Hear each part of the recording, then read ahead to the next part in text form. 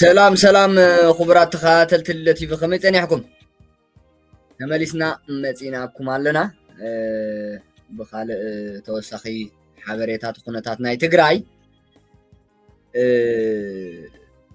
هوحات زي كتكايد صنحت كاب شعبية لأخت تقبلا نتجراي زتف زولع التخوينات دارجا دونا مباليو أبزبل مدمدم تتبصحنا هلوه حج خا كالا عينت منقسقاسات بقى سفيح وتهدراو منقسقاسات كتقبريا ترى زلا بنفسها بقاتي حفشاوتي خناتات ناي تግራይ سي ادنو انا يردانني بقى እዚኦም ክሳብ ዝሃለው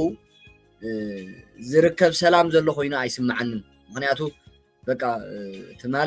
ትማሊ ሎሞን ፍርቅ መዓልት ገለስ ነሪ ትኹይናት ግን ትምንቅስቃሳት ናይ ኩናት ብመጠኑ ዳርጋ ካብቲ ዝቀነየ ስለ ዝሓለ ግን ንእሽተይ ተስፋ ነይርዎት ህዝቢ ሕጂ ከዓ ብደቡብ ትግራይ ካልእ ሰፊሕ ወተሃደራዊ ምንቅስቃስ ክትገብር ውዒላ ኣላ ህወሓት ሕጂ ነቲ ዝቀነየቶ ንህዝቢ ትግራይ ንምጥፋእ ዝወልዐቶ ኩናት ንምቅፃል ብኩሉ ኣንፈታት ብዝሒ ሰራዊት ኣፅዋራትን ተንቀሳቀስ ዝተፈላለዩ ንኩናት ምልክታት ዘርኢ ምንቅስቃሳት ትገብር ከም ዘላ ወይ ክትገብር ከም ዝወዓለት ይንገር ኣሎ ዝበፅሐና ሓበሬታ ሰፋሕቲ ምንቅስቃሳት ወተሃደራዊ ምንቅስቃሳት ይረኣዩ ኣብ ኩሎም ቶም ኣብ ዝበዝሑቶም ኩናት ክካየደሎም ዝቀነየ ቦታታት ወይ ግንባራት ማለት ብፍላይ በዚ ንሰላም ሓይሊ ነዚ ንሰላም ሓይሊ ትግራይ TPF ነዚ ኣብ ሓራ መሬት ትግራይ ዕጥቃዊ ቃልሲ ኣውጁ ዘሎ ሓይሊ ንዑ መጥቃዕትን ምኽፋት ዝዓለመ ሰፊሕ ወፍሪ ናይ ኩናት ኣዳልያ ዘላ ኮይና ሎሚ ብፍሉይ ብዓዲ ጉደም ጌራ ብዝሕ ዘለዎ ሰራዊት ናብ ኣንፈት ደቡብ ተንቀሳቀሶ ከም ዝወዓለት እዩ ዝሕበር ዘሎ ኣብዚ ብህወሓትን ሻዕብያን ዝተወልዐ ኩናት ብፍላይ ብሸነኽ ዓፋርን ትግራይን ሓያል ኩናት ክካየድ ዝቀነየ ኮይኑ ብሸነኽ ደጉዓ ዘለውን ሰፊሕ ኩናት ክካየደሉ ዝቀነየ ግንባር እዚ ግንባር ኣብዚ ግንባር ዓሪዱ ዘሎ ህዝባዊ ሰራዊት ሓይሊ ሰላም ትግራይ ግንባር ደጉዓ ናብ ዛታ ብፅዑቕ ፀረ መጥቃዕቲ መሰሲሉ ወፂሉ እታ ናብኣ ኣትያ ዝነበረት ናይ ባህላውያን ጀነራላት ህወሓት ሓንቲ ኮር ናይ ኣርሚ 31 ሰራዊታ እናፈረሰ ይባታተን ከም ዘሎ እዩ እቲ በፂሕና ዘሎ ሓበሬታ ዘረድእ ሊዶ ቲቪ ካልእ ህወሓት ብዋጋ መንእሰይ ትግራይ ስልጣና ክትቀፅልን ካብ ተሓታትነት ክድሕንን ምስኪን መንእሰይ ትግራይ ከም ቤተ ፈተና እያ ተሓስቦ ዘላ በቃ መላመዲ ከምዚ ምዕራባውያን ንኣፍሪቃውያን ዝፃወቱልና ዝተፈላለየ ሓገዛት ናይ ኣፅዋር ሂቦም እሞ ከዓ ሓገዝ እኳ ኣይኮነን ይሽየጥ እዩ ሸይጦም እዮም ዝህቡና ሕጂ ይግምግምዎ ኻ ትዝሃቡና ኣፅዋርሲ ክንደይ ጉድጓድ ክንደይ ሜትሮን ታሕቲ ኣትዩ ክንደይ ብክንደይ ነታ ታንክስ ብክንዲ ምንታይ በሲዑ ኩሉ በቃ ክንዲ ምንታይ ድልድል ኣፍሪሱ እዝታት ይግምግምዎ ክንደይ ረሓቃት ከይዱ ክንደይ ዝተኣከበ ሓይሊ በታቲኑ ወይ ኣጥፊኡ ይግምግምዎ ማለት እዩ ምዕራባውያን ኣፅዋር ንዓና ሂቦ ህወሓት ከዓ ንሰራዊት ነቲ መንእሰይ ትግራይ ከምኡ እያ ትገብሮ ዘላ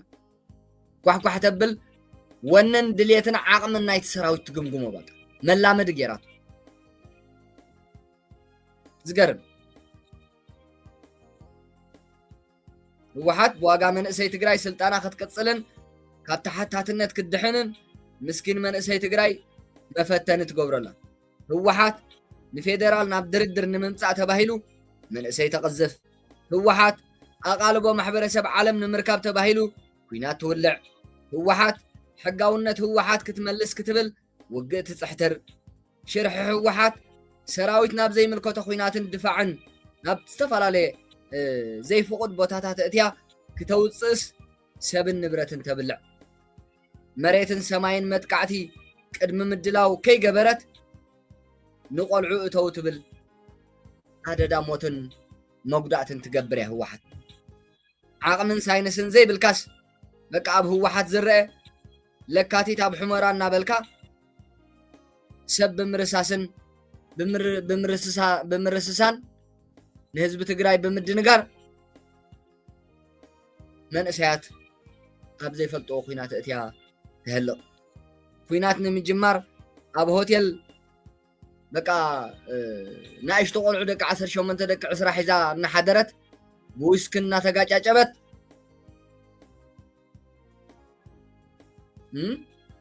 ተመሊሳ ከዓ ክንላዘብ ኢና ኣቲና እምበር ኩናት ኣይከፈትናን ትብል ማለት እዩ ውግእ ክትውልዕ ወሲንካ ኣይተዳለናን ኣይሓሰብናሉን ምስተሰዓርካ ምስተደከርካ ዝጠፍእ ምሰጥፍኣኻ ኣብ ህወሓት እዚ ዝርአ ዘሎ መንእሰይ ኣብ ሊዕኻ ምስ ወዳእኻስ ትኹይናት ሕራይ ገይሩ ተስፋ ምስ ቁረፀካስ ወፁ ኣዚዝና ኣለና ብሰንኪ ብልሹ ምድላዋት ተደሲቃን ተሳዒርካ ምስ ወፀኻ ከምዛ ናይ ሻዕብያ እንሰሒበ ትብል ማለት ህወሓት እዚኣ ትገብር ፀኒሓ ኣብዚ 7-8 መዓልቲ ህዝቢ ትግራይ ኣስተውዕል እዚ ደመኛ ገበነኛ ጉጅለ ህወሓትን ባህላውያን ጀነራላቱን ንኽቡራት ደቅኻ ከም መፈተኒ ይፃወተሎምን ይላገፀሎምን እዩ ዘሎ ብዋግኦም ዋጋ መስዋእቶም ብዋጋ መጉዳእቲ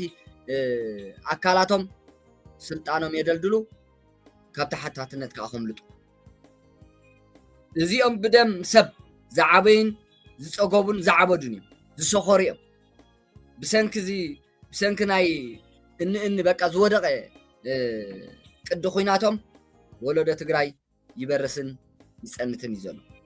ኣሽሓት እናረገፉ ንደቅኻ እናቆጠብና ኢና ንጥቀመሎም ዘለና ዝብሉ ደናቁርን ጨካናትን እዮም መራሕቲ ህወሓት ካብ ክፉእ ተግባሮም ምሕሳቦም ከዓ ይገድድ ኣብ ትግራይ ገበነኛ ጉጅለ ህወሓትን ባህላውያን ጀነራላቶም እናሃለው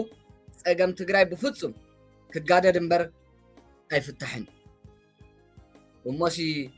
ዝግበር ደኣ ግበር ህዝቢ ትግራይ እናሞትካ ይንበርን ከይትመውት ምቅላስ ክትነብር ምግዳል ንኽትጠፍእ ዘይኮንካ ትጋደልሲ ክትነብር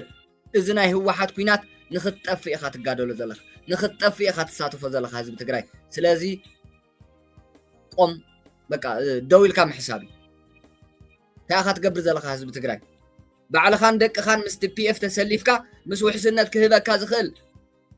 ክስለፉ ብምግባር ንደቅኻ ነዞም ገበነኛታት ልኡኻት ሽፍታ ሻዕብያ ዝኾኑ ጉጅለ ህወሓትን ባህላውያን ጀነራላቶምን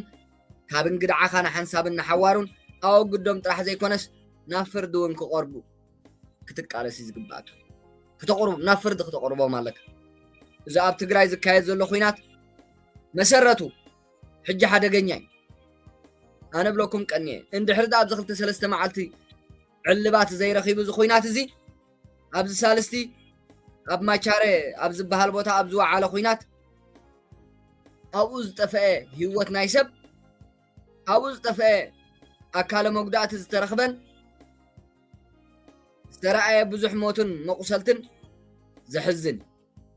ኣብ ካልእ ቦታታት እውን ከምኡ ከም ኣብነት የምፅየ እዚ ናይ ማቻሬ ኣብ ካልእ ቦታታት እውን ከምኡን ካብኡ ዝገደደን ስለዚ ኣብ ሓፂር መዓልትታት ኣብ ትግራይ ኣብ ልዕሊ ሲቪል ኣብ ልዕሊ ኣባላት ሰራዊት ኣጋጢሙ ዘሎ ሞትን መቁሰልትን ምፍንቓልን ምዕናው ኣባይትን ሃብትን ስለምንታይ ክብል ኣለዎ ህዝቢ ትግራይ ስለምንታይ ኣቶም ህዝቢ ኣብዚ ዝሓለፈ ሰሙን እኮ ኣብዚ ህወሓት ምስ ሻዕብያ ኮይና ዝወልዖቶ ሓደገኛ ኩናት ኣብ ትግራይ ኣዝዩ ኣሸጋሪ ኩነታት እዩ ተፈጢሩ ቀኒ ብሰማይ ድሮናት በቲ ምንቅስቃስ ናይ ሰራዊት ናብ ኩናት ካብኡ ዝገደደ ከዓ ጭካነ ዝተመልኦ ከዓ ናይ ነጋዶ ኩነታት እዩ በቃ ህዝቢ ትግራይ ሲ ብሰማይ ብድሮን ኣብ መሬት ከዓ ብነጋዶ ተጨኒቁን ተጨናኒቁን ይቕኒ ዓቕሉ ፅቢቢ ይቕኒ እቲ ዝገርም እቶም ካድረታት ብከብዶም ዝተዓስቡ ደገፍቲ ገበነኛ ጉጅለ ህወሓትን ባህላውያን ጀነራላቶም ዝኾኑ ገና እቲ ኩናት ክቋረፅ ድሌት የብሎም ክቕፅል ኣለዎን ምዕራብ ትግራይ ክንኣቱ ኣለና ዝብል ፈኸራታት እዮም ዝፉ ደቆም ግን ኣበየለው እዘን ኣንስቲ ልብዓት ጉጅለ ዝበሃላ ሰብኡተን ደቀን ኣበየለው እዞም ካድረታት ዝበሃሉ ናይ ሚድያ ኣካላት ናይ ጉጅለ ህወሓት ስድራ ቤቶም ዓሌቶም ኣበየለው ምርኣይ ፅቡቕ ወላ ሓደ ስጋ የብሎም ናብ ኩናት ወላ ሓደ ሰብ የብሎም ኣብ ዕቑል ቦታ ኣብ ውሑስ ቦታ እዮም ዝርከቡ ስድራ ቤቶም TDF فريسي بعلو فريس مبر بتأزاز ود ورده خا أيكونن فريسو نود ورده أفريسو سراويتنا ندحر دانا إذا خوينات معراب تجري كأتنا دوتان دحر دا أري خالان دحر دا دواب بالكيا يلا خان قال ما لنا ورخ فكورينا نريم زلنا سلازة TDF بعلو فريس مبر بتأزاز ود ورده استملس سراويت زفرس سراويت يلا بسنك جبننيا وجل هو حتن بهلاويان جنرالاتون بجግንነቱ ዓለም ዘዛርብ ዝነበረ ሰራዊት ሓይልታት ምክልኻል ትግራይ TDF መጻወት ሓደ ጉጅለ ኮይኑ ብዚ ግዜ እዚ ከቢድ ክሳራ ክኸፍልን ዝፍለጠሉ ዝነበረ ጅግንነቱ ክወድቕን ክሕፍሮን ተገይሩሎ በዞም ልኡኻት ሻዕብያ ዝኾኑ መራሕቲ ህወሓትን ባህላውያን ጀነራላቶም TDF ካብ ጸለምቲ ካብ ግንባር ጸለምቲ ሰሜን ምዕራብ ትግራይ ባዕሉ ይፈሪሱ ተቃዊሙ ነቲ ኩናት ተመሊሱ ብትእዛዝ ወዲ ወረደ ዝተመለሰ ሰራዊት የለን ኣጀንዳ ንምፍጣር ኢሉ ባዕሉ እቶይሉ ዝጀመረ ኩናት ባዕሉ ውፁ ክብሎም ኣይክእልን እዩ ሓሶት ኣብ መንገዲ ናበይ ኢልኩም ተመለሱ ናብ ግንባር ኢሎም ክመልስዎም ንዝፈተኑ ምልሻታት ከይተረፈ ስጉምቲ ወሲድሎም እዩ ሓይሊ እዚ ሓይሊ ኣብቲ ኩናት ዝተሳተፈ ማለት እዩ ስለዚ ዕላማ ኣብ ዘይብሉ ኩናት ሓያል መስዋዕትን መጉዳእትን ኣተኣናጊዱ ብሕርቃን እዩ ባዕሉ ተመሊሱ ዘሎ እቲ ኣብቲ ኩናት ዝኣተወ ምስ እግረኛ ሰራዊት ዝወገኑ ጀነራላትን ኮሎኔላትን ውን ኣለዉ እዮም ሓበሬታታት ኣለና ግን ስሞም ይጽናሓልና ነቲ ኩናት ዝተቃወሙ ንምንታይ ኢና ንዋጋእ ንምንታይ ኢና መስዋዕቲ ከፊልና ስለምንታይ እዚ ኩናት ተደልዩ ኢሎም ዝሓተቱ ብደረጃ ኣዘዝ ሰራዊት ውን ኣለዉ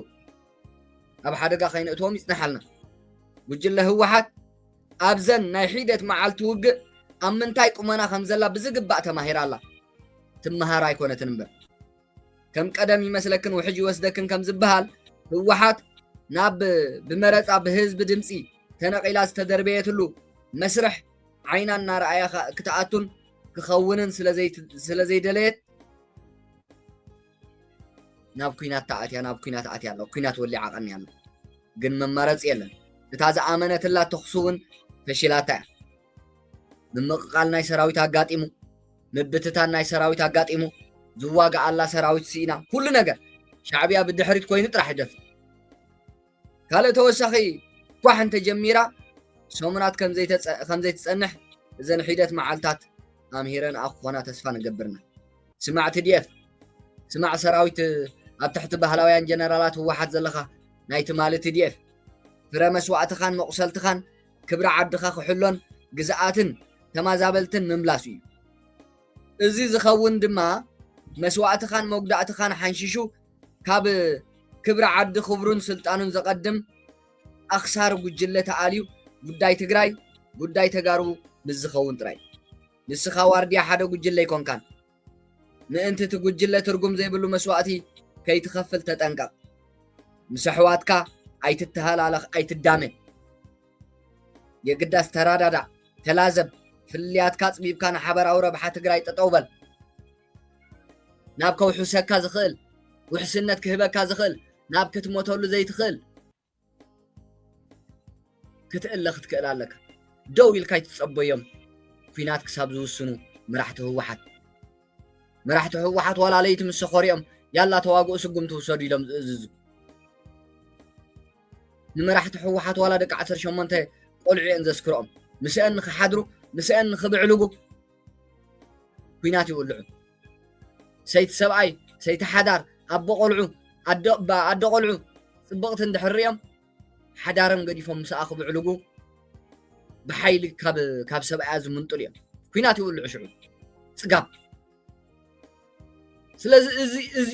እዚኦም ምዃኖም እናፈለጥካ እዚ ዓይነት ውሳኔ ዝውስኑ ምዃኖም እናፈለጥካ ደው ኢልካ ይትጸበይ ምስጋኒ ናይ ትሕደር ምስ ሰይጣን ኣይትሕበር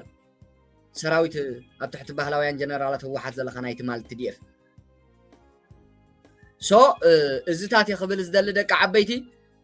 ኣብ ናይ ጽባሕ መደበይ ክሳብ ንራኸብ ንሎሚ ኣብዚ ኣኽለና ሰላም ኩኑ